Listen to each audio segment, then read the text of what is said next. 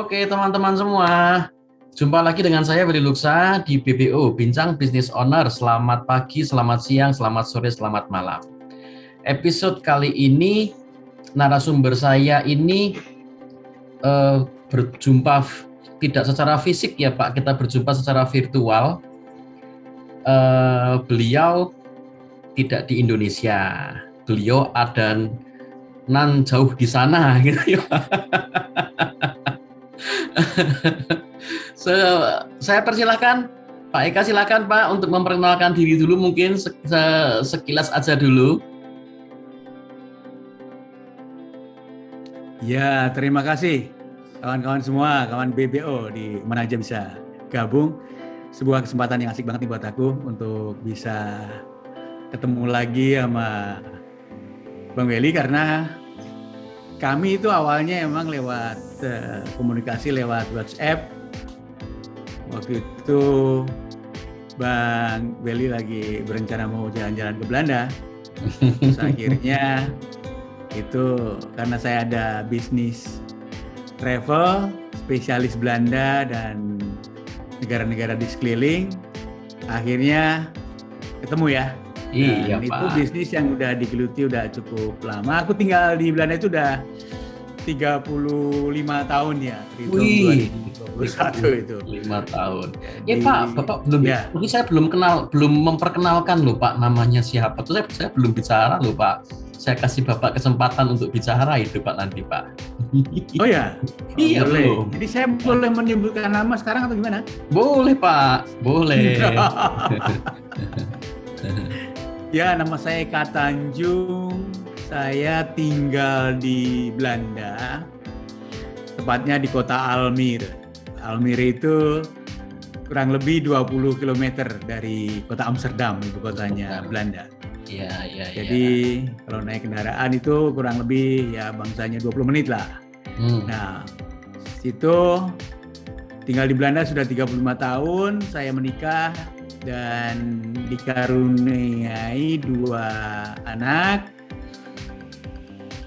19 sekarang dan 13 mau 14 tahun. Sudah ya, besar dan terus itu aku di terus kemudian sejak awalnya itu kuliah di Belanda itu. Jadi datang ke Belanda waktu itu tahun 86. Kemudian belajar bahasa Belanda dulu karena programnya waktu itu program kuliah bahasa Belanda. Waktu itu program-program bahasa Inggris itu belum terlalu banyak. Baru belakangan setelah lepas tahun 90-an, nah itu baru mulai marak program internasional. Nah, belajar bahasa Belanda dulu selama 1,5 tahun intensif ya, sampai serak itu karena bahasa Belanda itu kan harus banyak pakai tenggorokan ya. Susah nggak Pak? Suaranya ya. Gitu kan, yang kita sering dengar itu kan di film tuh Godverdomme ya, itu. Atau begini Pak, biar teman-teman ini kita kasih sedikit prank ya Pak, biar teman-teman ini sedikit bingung mungkin yang nggak bisa bahasa Belanda. Pak Eka nyapa dong kita pakai bahasa Belanda Pak. Saya pun juga pasti gitu bingung, ya. Tapi coba dikit aja Pak. Iya. Halo Almal, halo Jongos. Hoe is het met jullie? Jongos itu artinya jongens. Jangan langsung marah ya. Alles goed? Ja, hier in Nederland gaat goed. De zon schijnt de hele dag, omdat nu zomer is. Sudah Pak. Saya nggak paham. Ya, nanti pakai subtitlenya susah. Iya. Tahun 85 tadi Pak ya, 85, 86 tadi Pak. 80. Ya, akhir 85, tapi mulai kursus bahasa itu 86. Jadi dalam rangka pendidikan atau memang sudah langsung dalam rangka pekerjaan Pak, Bapak ke Belanda ini Pak? Pendidikan. Jadi lepas SMA tahun 85 itu, kemudian berangkat ke Belanda untuk kuliah. Jadi sekarang sudah pintar ya Pak ya? Sudah warga negara Belanda ya Bapak ya? Berarti ya Pak ya? Belum. Paspor saya masih Garuda madep ke kanan. Punyanya Bung Welly madep ke sebelah mana? Saya lupa Pak Madep mana ya. Mulai saya perhatikan ke kanan gini Garudanya tuh. Oh gitu. Jadi paspor masih hijau, setiap 5 tahun sekali paspor kami diperpanjang atau diganti lah istilahnya karena ganti bukunya. Itu di KBRI di Den Haag sini, jadi nggak usah ke Indonesia. Jadi saya melihat itu masih suatu kebanggaan ya dan bisa hidup Indonesia. Haknya hampir sama. Garuda NKRI di dada. Mantap. Iya. Oke, Pak Eka.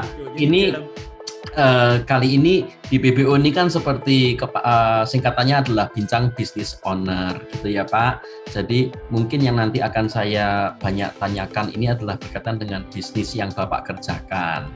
Sempat saya mendengar gitu ya Pak, waktu terakhir kita bertemu itu sedikit banyak juga Bapak ada di ini ya Pak, berita apa namanya Pak, reporter atau apa tuh Pak istilahnya Pak, koresponden apa gitu. Jurnalistik ya. Oh jurnalistik, betul, di dunia jurnalistik. Ya, betul. Jadi setelah saya selesai kuliah kemudian kerja cukup lama, hampir 20 tahun itu sebagai penyiar radio Nederland. Yang pagi-pagi itu seperti BBC-nya. BBC itu kan Inggris. Kalau Belanda punya namanya RNW. Jadi setiap pagi yang tit, tanda waktu tepat menunjukkan pukul 4.30 waktu Indonesia Barat. Inilah Radio Nederland di Hilversum dengan warta berita yang disusun dan disampaikan oleh Eka Tanjung. Pokok-pokok berita. Wih, kayak gitu. Suaranya halus banget Pak. Memang benar Pak, Bapak di dunia itu memang pas itu.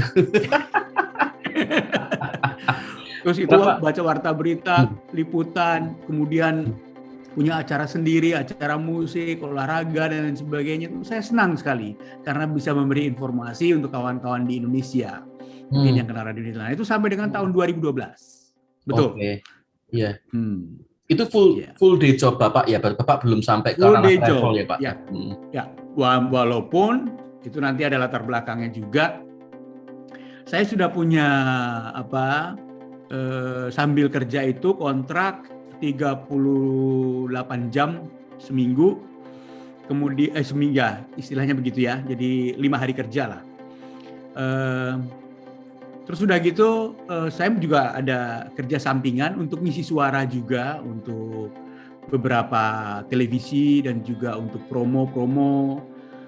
Jadi saya jual suara juga, jadi saya juga udah punya sampingan sebagai usaha sendiri. Dubbing ya Pak, ya namanya Pak ya, mengisi suara itu dubbing ya Pak? Dubbing bisa juga disebut atau voice over disebutnya, voice over. Kalau dubbing itu kan berarti kita berperan sebagai aktor yang berbicara di bahasa lain. Kemudian kita mengisinya dalam bahasa Indonesia. Itu sepengertian saya. Tapi kalau ini umpamanya istilahnya Barbara bertemu Jose. Jose sangat tertarik dengan kecantikannya. Nantikan ketegangan bagaimana mereka berjumpa. Dua hati saling bertemu. Saksikan malam Senin. Gitu. Yang gitu-gitu. Nah itu. Iya. Itu istilahnya voice over ya Pak, voice trailer promo trailer juga. Oh, iya. Voice over ya. Iya, keren. Jadi serak nih. Jadi serak. Minum dulu Pak. Jadi itu juga pekerjaan di samping sebagai penyiar. Jual suara. Berarti jualan yang nggak diri, suara diri.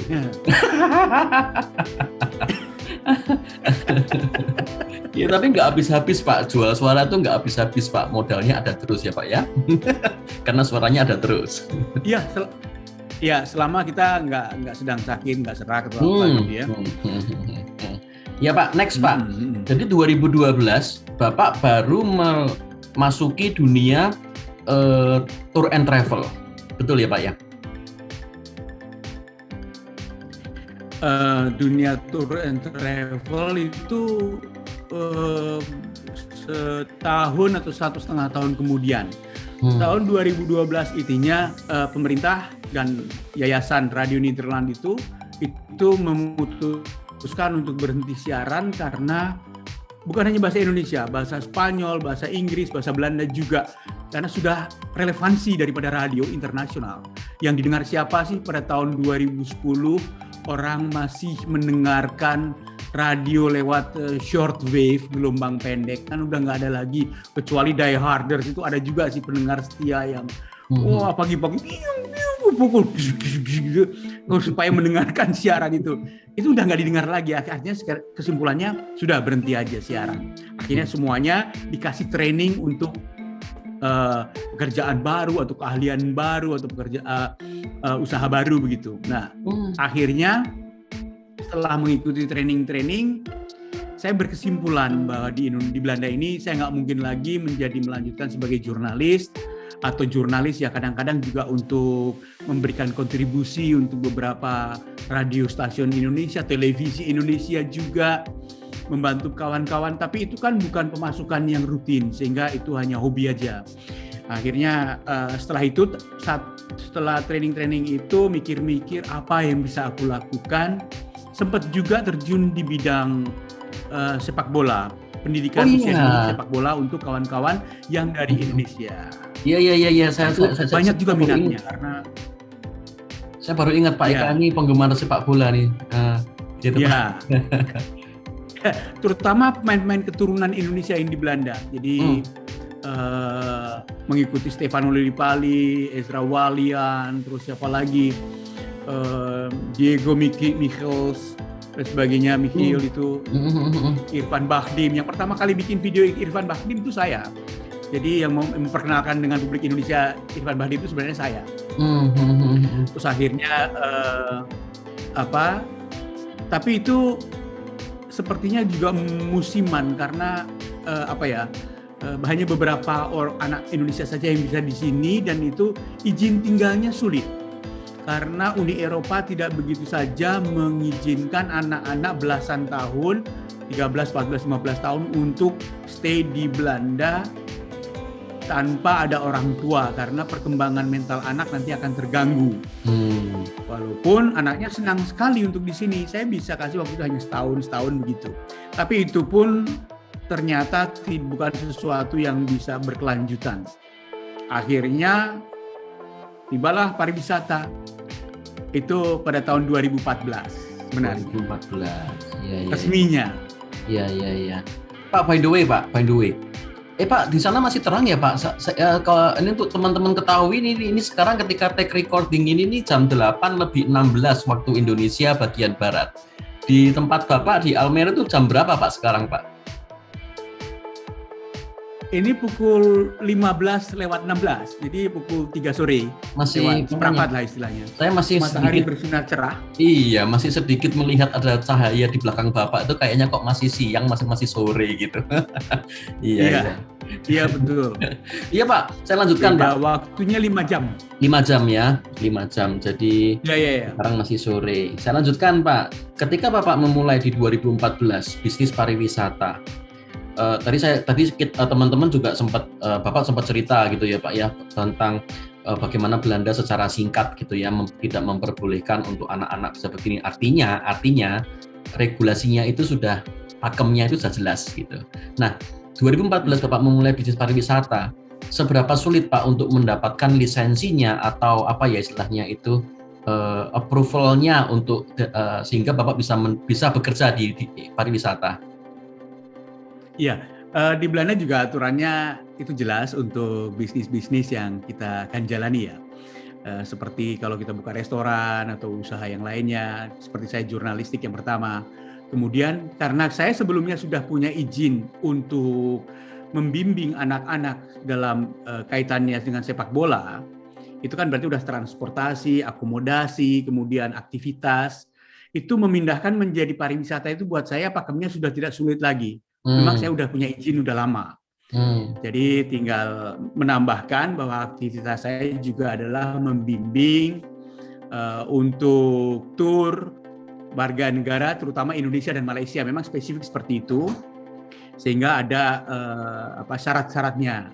Dan saya berasal dari Indonesia sehingga itu saya terdaftar resmi di Kamar Dagang Belanda sebagai pengusaha pariwisata dan travel. Jadi tidak terlalu sulit kalau soal masalah itu. Tapi justru masalah yang ada itu pada sisi usia dan sisi mental. Karena saya kan sebenarnya biasa bekerja sebagai karyawan ya. Radio Nederland hampir 20 tahun, gaji sudah diurusin, asuransi sudah ada, tinggal setiap akhir bulan dekat tanggal 25, wah sebentar lagi gaji masuk nih. Udah tidak lagi mikir-mikir yang lain, laporan pajak itu nggak usah. Nah itu membuat saya juga, aduh gimana ya, keluarga di Indonesia juga nggak ada yang ngasih contoh dulu bisnis kan, semuanya juga keluar dari keluarga pendidikan, guru gitu ya. Jadi buat saya agak kesulitan waktu itu untuk membiasakan diri sebagai orang yang menjadi bos sendiri, dan juga usia saya waktu itu kan mulai itu udah tahun 2014. Jadi umur saya berapa ya? 2014 47 tahun. Jadi udah bukan yang muda lagi. Artinya bidang apa yang aku harus bisa lakukan. Nah, itu juga struggle yang aku hadapi. Akhirnya baca-baca internet, YouTube ya, seperti juga kita sekarang ini kan banyak dapat informasi dari YouTube dan lain dari sumber yang lainnya. Itu ternyata saya menemukan salah satunya itu petuahnya dari Jack Ma, kalau masih ingat ya dulu kawan-kawan ya. Nah, sukses itu Jack Ma, bosnya Alibaba. Ya. Nah, itu bilang mensekat-sekat orang itu kalau mau buka bisnis berdasarkan usaha. Pokoknya intinya kalau sampai dengan usia 25 tahun itu kesempatan untuk belajar, untuk membuat sebanyak mungkin kesalahan.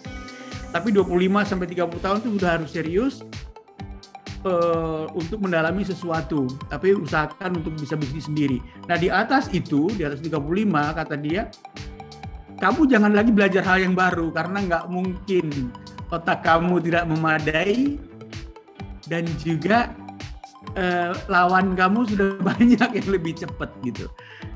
Cari apa kekuatan kamu, disitulah kamu buka bisnis, usaha itu. Wah, saya pikir-pikir, caranya kebetulan dikombinasi dengan training waktu saya baru PHK dari Radio Nederland, dikasih kesempatan training, saya ikut training, dibilang, Eka, kalau kamu tanya kepada 10 orang, teman-teman di sekeliling kamu, tanyakan kepada mereka, kalau sejauh mereka mengenal kamu, profesi apa selain jadi wartawan yang cocok buat kamu?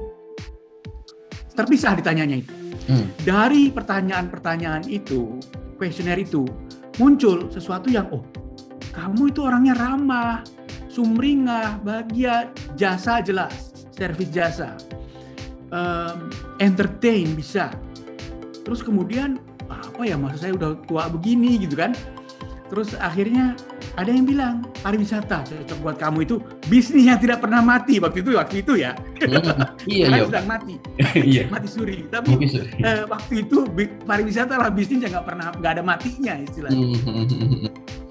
Apa yang ngira ada pandemi kan waktu itu? Iya Pak, nggak ada yang saya pun juga sama, semua yang pun juga sama Pak. Tapi benar loh Pak, pariwisata itu nggak ada matinya dan bisnisnya itu orang happy ketemu orang happy Pak. Iya kan Pak, yang satu butuh liburan gitu kan, Bapak mengantar orang untuk liburan gitu. Di everybody happy Pak. Everybody happy. Benar. Oke, saya lanjutkan Pak. Ini menarik Pak, apa yang Bapak sampaikan itu ketika Bapak itu dengan, jadi sebenarnya gini Pak, dengan Bapak sekian lama ada di Belanda, otomatis sedikit banyak ya Pak, mindsetnya bisnis sudah pasti juga terpengaruh juga dengan budaya dan adat yang di Belanda ada gitu ya Pak ya. Regulasinya jelas, nggak mungkin sembarangan, nggak mungkin tiba-tiba, nggak mungkin juga kasarnya asal-asalan gitu ya Pak ya. Nah, kembali Pak, dari tadi Bapak akhirnya dicondongnya gitu ya, menurut survei, menurut apa yang Bapak bisa, yang Bapak ngerasa Bapak ahlinya di situ, akhirnya bisnis pariwisata gitu yang dipilih. Nah Pak, ketika di awal-awal ya Pak ya, ketika di awal-awal, gimana Pak Bapak mendapatkan konsumen untuk, ayo sama saya aja, jalan-jalannya sama saya aja. Nah itu saya pengen tahu di situ Pak. Oh ya, nah itu sebenarnya yang paling utama itu kita harus sungguh-sungguh ya, karena di Belanda itu memang mindsetnya kalau kita sungguh-sungguh kita dapat izin dan kita akan mendapat kepercayaan, tapi kalau kita tidak sungguh-sungguh nanti izin kita bisa dicabut dan kita bisa parah. Nah, pertama-tama tentu saja saya diuntungkan dengan sosial media, karena sebagai jurnalis saya juga terbiasa untuk membuat blog. Waktu itu di Blogspot sama di tentang Belanda dan sebagainya, sehingga pembacanya juga lumayan tinggi jumlah pembacanya. Lalu dari situ kemudian saya sudah juga bermain di YouTube, walaupun asal-asalan, nggak pakai mikir tentang segmen-segmennya. Asal menarik tentang Belanda, saya naikkan film apapun tentang hal-hal yang sepele pun tentang Belanda saya naikkan. Dari situ orang mengenal karena, dan juga mau berinvestasi, karena untuk membuat dan membayar website, domain dan sebagainya itu kan ada ini ongkosnya. Tapi di balik itu kita nggak usah perlu punya toko. Karena kalau punya toko, kita harus orang datang ke situ, itu udah bukan zamannya lagi. Jadi kita harus bagus-bagus di website. Orang datang ke situ akhirnya mengenal, Pak, Bapak ini pariwisata. Iya, saya lihat di Belanda, Bapak tinggal di Belanda udah lama. Iya. Waktu itu saya masih lagi nunggu-nunggu sih, deg-degan juga kapan nih orang mulai datang gitu ya.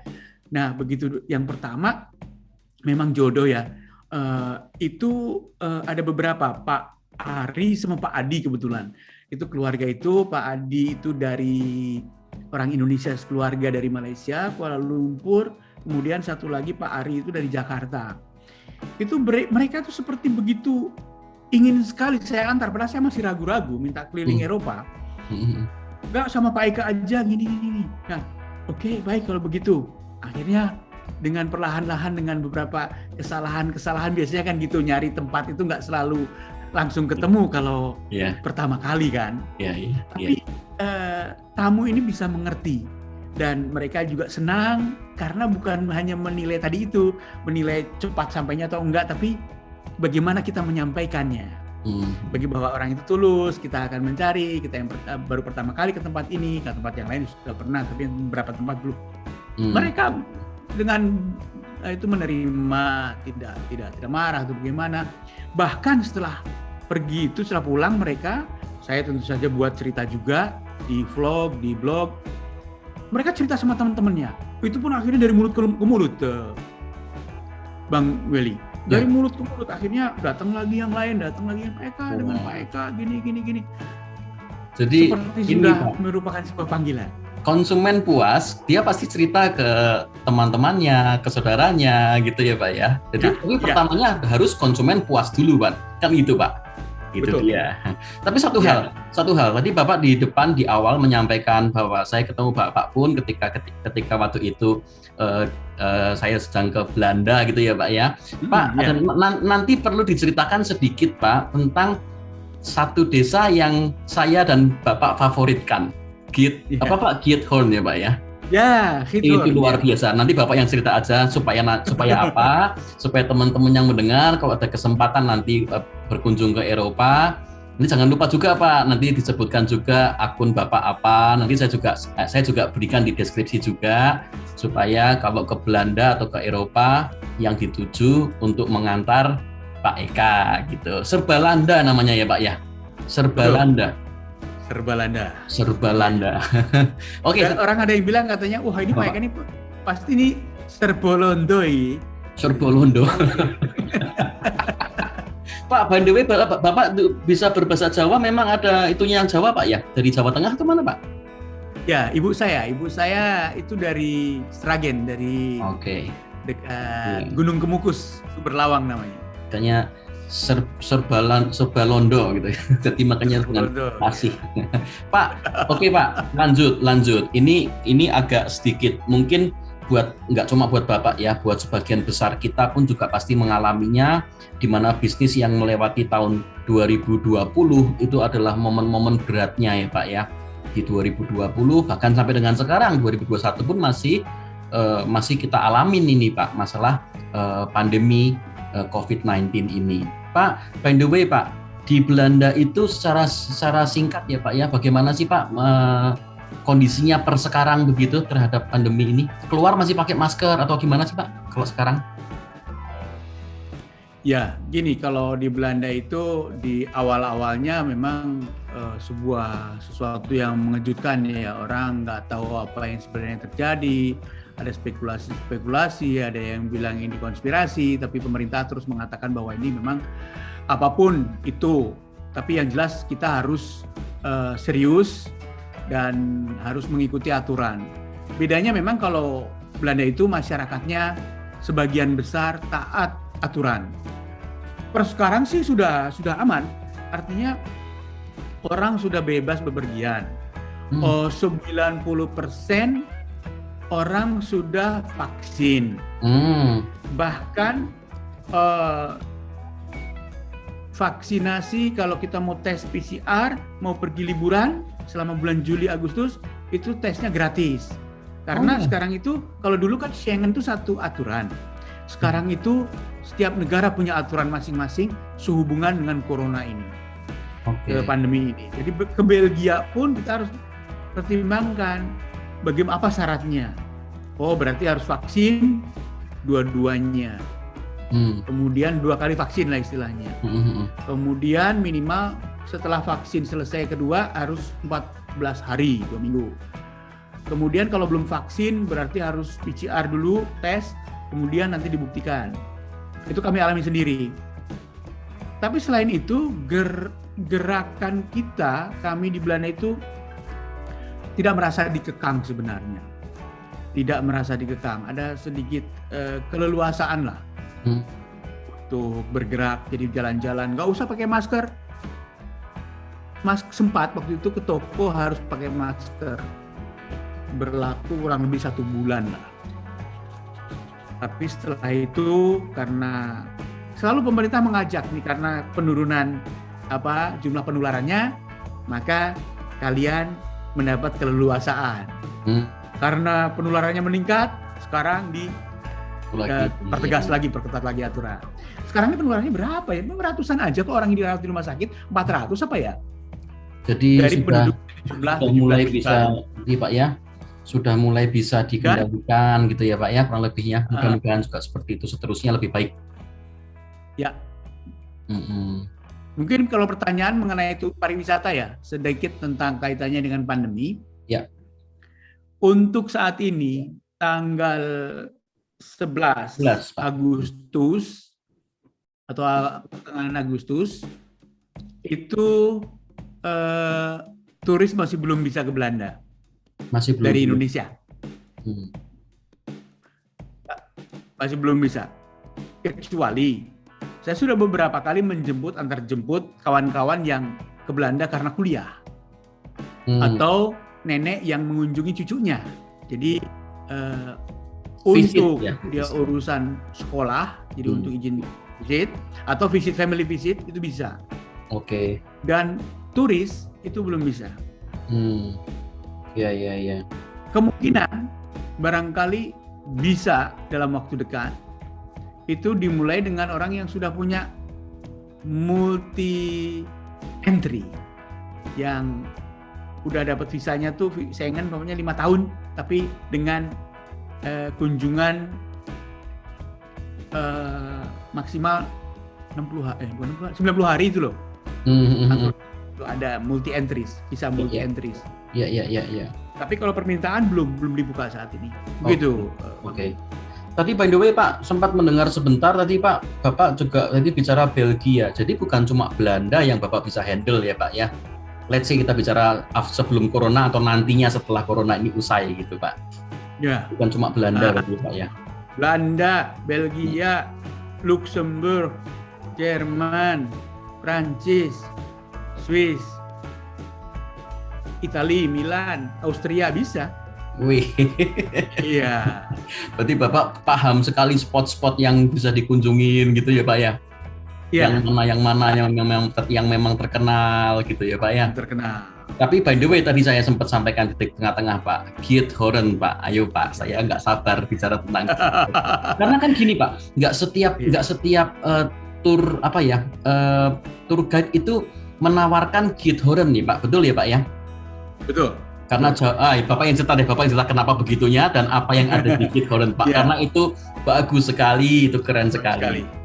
Recommended sekali. Memang itu di Giethoorn itu sebuah dusun yang sangat terpencil, yang lokasinya kurang lebih sekarang itu 1,5 jam dari Amsterdam.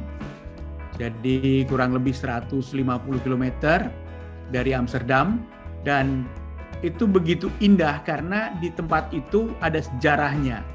Sejarahnya pada tahun 1300-an itu adalah orang-orang yang datang ke tempat itu sebagai pelarian karena mereka ada konflik lah di sekitar Jerman, kemudian mereka lari ke situ dan mereka membangun sebuah perjalanan karena tempatnya itu rawa-rawa. Rumah-rumahnya itu di sepanjang sungai. Sungai itu adalah alat transportasi, tidak ada jalan, sehingga sampai sekarang dipertahankan, sehingga dusun itu bebas polusi. Tidak ada kendaraan bermotor boleh lewat, tidak ada kendaraan motor roda 2 juga yang boleh lewat, bermesin, dan kapal-kapalnya itu pakai listrik, sehingga begitu adem kalau kita di sana. Iya Pak, tenang gitu ya Pak ya. Mungkin bisa dinaikkan nanti filmnya sedikit. Iya. Nanti kalau yang Bapak punya dokumentasi video, nanti tolong kirim ke saya Pak, nanti saya berikan buat ilustrasinya. Kalau kita ngelihat dari YouTube memang ada, tapi kalau yang dari Bapak kan lebih afdol gitu kan cerita. Iya betul.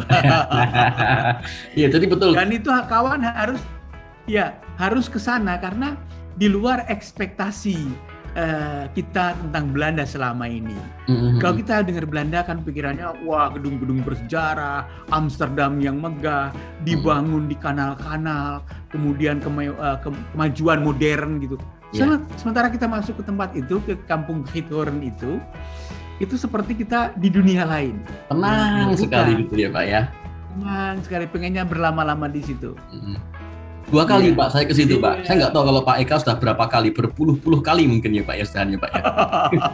Saya baru 2 kali Pak. Ini kita cerita aja tiba-tiba ini Pak. Saya masih teringat, memang betul Pak, nggak ada jalan ya Pak ya, nggak ada polusi gitu ya Pak ya. Kita naik kapal nyusurin kanal-kanal kanal, sungai kecil gitu ya Pak ya. Wah itu ada apa namanya Pak, angsa atau apa itu Pak yang bebek, angsa. Di atas ada burung ini. Kamar. Ya. Ini nanti sedikit trigger ini untuk teman-teman. Nanti bisa kita berikan deskripsinya, nanti bisa hubungin Pak Eka ketika nanti kita yang di Indonesia ini bisa jalan-jalan ke Belanda atau ke Eropa, hubungilah Pak Eka. Ini BBO mengandung promosi Pak, boleh Pak, karena memang ini kita bisnis jadi harus dipromosikan biar pada tahu gitu Pak. Iya betul. Terima kasih. Iya Pak. By the way Pak, tadi kembali lagi Pak ya, ini saya sebenarnya sudah sampai akhir-akhir nih Pak, pertanyaan akhir. Tadi ketika corona ini terjadi, sudah pasti ini hampir bisa saya bilang melumpuhkan ya Pak ya, melumpuhkan bisnis pariwisata. So what are you doing Pak now Pak? Ya. Anything, everything. Jadi semuanya aku lakukan.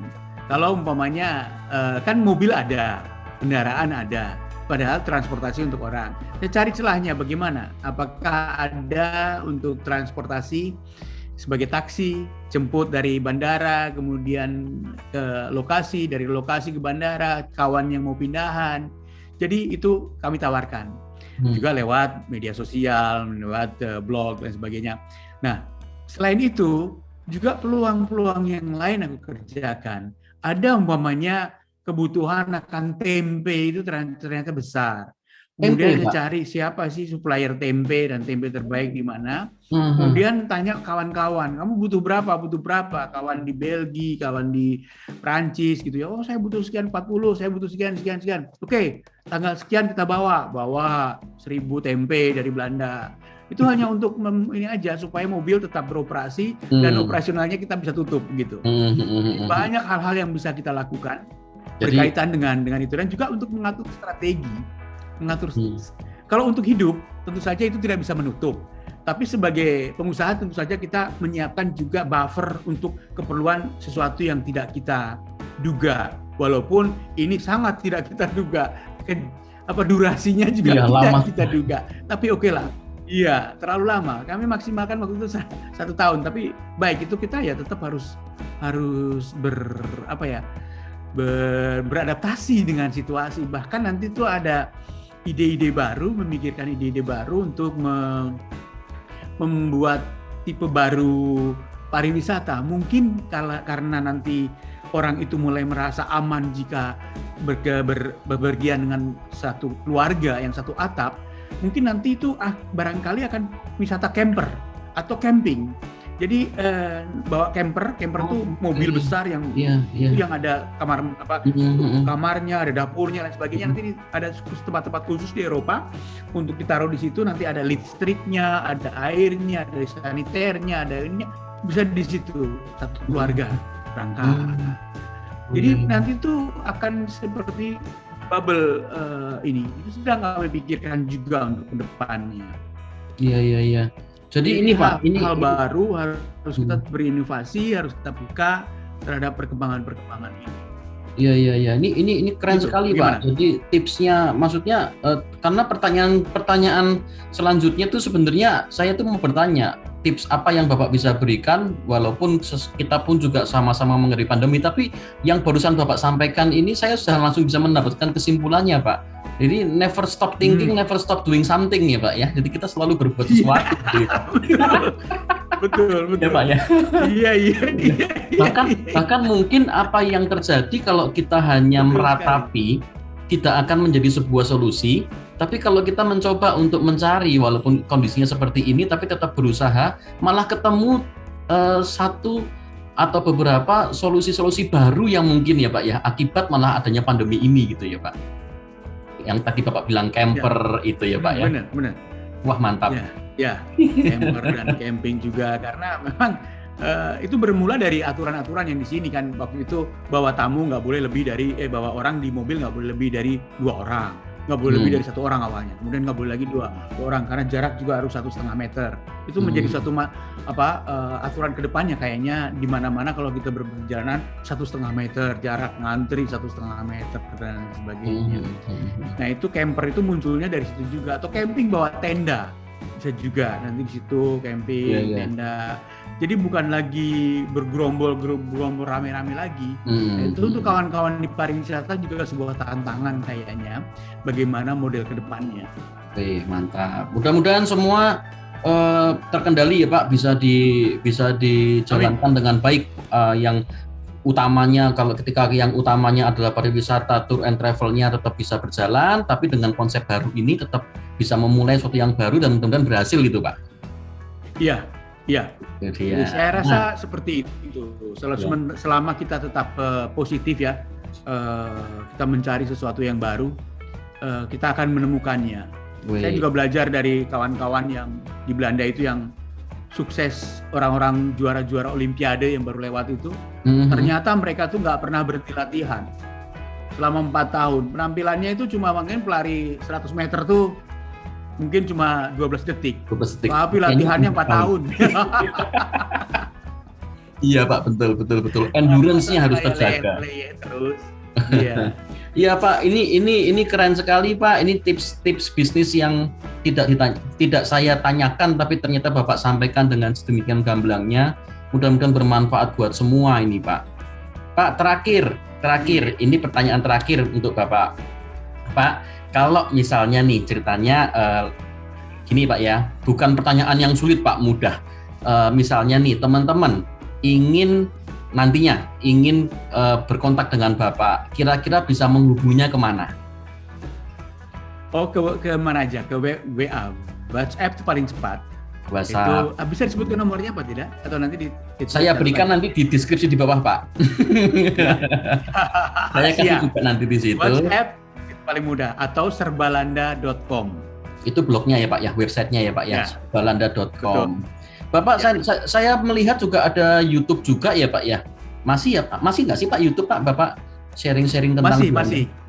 Itu apa namanya Pak? Agak kadang-kadang tidak mendapat prioritas, tapi ketika mendapat prioritas banyak sekali celah untuk kita bisa sangat dapat explore ya Pak. Subscribers yang banyak sekali. Oh gitu. Ternyata apalagi Belanda beruntung karena banyak di sini. Seperti contohnya umpamanya tadi ketemu sama Pak Bari Mukhtar, teman saya, tetangga juga kebetulan orang Indonesia, karena orang Indonesia banyak di sini. Bagaimana untuk mengajari pelajaran bahasa Belanda untuk orang-orang yang mau pergi ke Belanda. Umpamanya bagaimana kita kalau ketemu dengan orang Belanda untuk menyalami pertama kali dalam bahasa mereka. Nah, itu juga sebuah tips-tips gitu bisa dibuat juga. Jadi banyak hal yang bisa kita lakukan. Namanya apa masih? Vlog juga masih. YouTube channelnya namanya apa Pak? Serba Belanda. Serba Belanda. Eka Tanjung juga bisa. Wih. Serba Belanda, Eka Tanjung. Ya. Oke. Itu aja itu. Iya Bapak, mantap. Oke, Bapak terima kasih waktunya. Terima kasih kesempatannya, terima kasih tipsnya. Sehat selalu Bapak. Salam untuk keluarga. Tetap jaga kesehatan, sukses selalu. Kita keep in touch ya Pak Kajabri Japrian. Iya. Oke, selamat sore di sana, selamat malam di sini ya Pak. Sampai jumpa. Salam sehat Pak. Terima kasih.